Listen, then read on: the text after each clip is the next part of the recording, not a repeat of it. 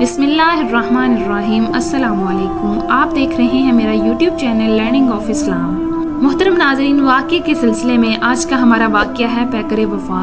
ایک ماں کی حضور اقدس صلی اللہ علیہ وسلم کے دربار میں فریاد آئی۔ ملاحظہ کرتے ہیں کہ چاندنی رات کا پچھلا پہر تھا، مدینے کی گلیوں میں ہر طرف نور برس رہا تھا، پوری آبادی رحمتوں کی گود میں محو خواب تھی، آسمانوں کے در پہ کھل گئے تھے، فضائے بسیط میں فرشتوں کے پروں کی آواز دم بدم تیز ہوتی جا رہی تھی۔ عالم بالا کا یہ کار مشاہد مدینے کی زمین کا تقدس چومنے آیا تھا۔ اچانک اسی خاموش سناٹے میں بہت دور ایک آواز گونجی، فضاؤں کا سکوت ٹوٹ گیا، شبستانے وجود کے سارے تار بکھر گئے اور ایمان کی تپش چنگاریوں کی طرح بال بال سے پھوٹنے لگی۔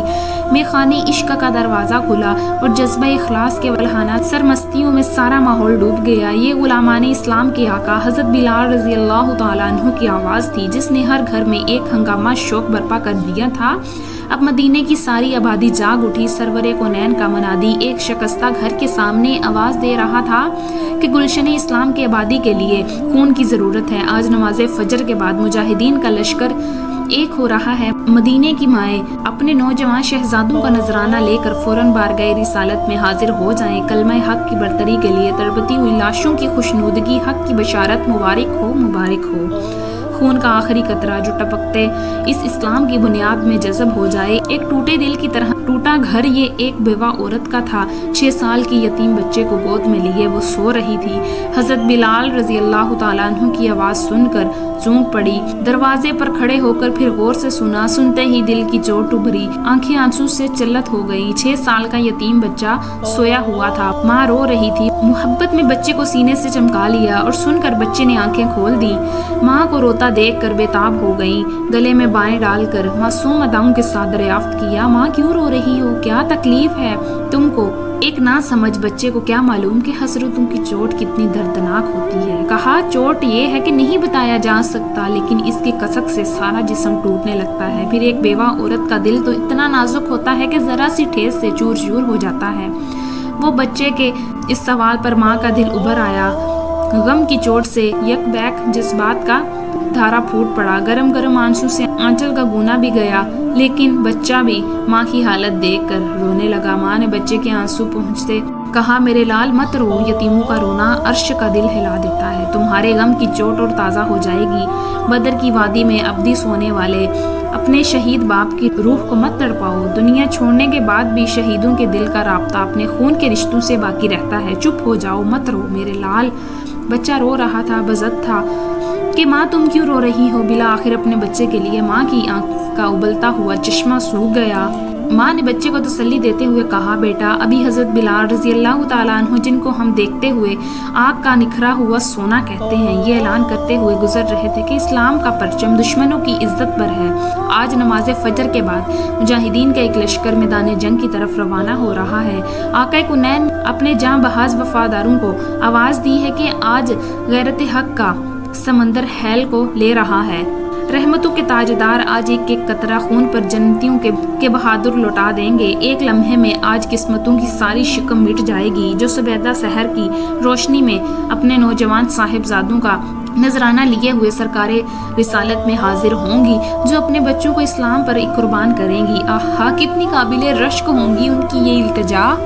رسول اللہ صلی اللہ علیہ وسلم اب اپنے جگر کے ٹکڑے آپ کے قدموں پر نثار کرنے لائی ہیں۔ اسی آرزو میں انہیں دودھ پلا پلا کر جوان کیا، ایک دن ان کے لہو سے دین کا چمن سیراب کرنا۔ یا رسول اللہ ہمارے ارمانوں کی حقیر قربانی قبول فرما لیں، سرکار عمر بھر کی محنت وصول ہو جائے گی۔ یہ کہتے کہتے ماں کی آنکھیں ٹپ ٹپ آ گئیں، آواز بھر گئی، بچہ ماں تا دیکھ کر مچل گیا۔ ماں نے کہا، بیٹا ضد نہ کرو، دل کی جھوٹا بھی تم نہیں سمجھتے، میں اپنے نصیب کو رو رہی ہوں کہ کاش آج میری گود میں کوئی جوان بیٹا ہوتا تو میں اپنا نذرانہ شوپ لیے رحمت عالم کی بارگاہ میں حاضر ہوتی۔ افسوس کہ آج آخرت کی سب سے بڑے اعزاز سے محروم ہو گئی ہوں۔ ماں یہ کہتے کہتے پھر دل کا درد جاگ اٹھا، پھر غم کی تپش پڑ گئی اور پھر آنکھوں کے چشموں سے آنسو ابلنے لگے۔ بچے نے ماں کو چپ کراتے ہوئے کہا، اس میں رونے کی کیا بات ہے؟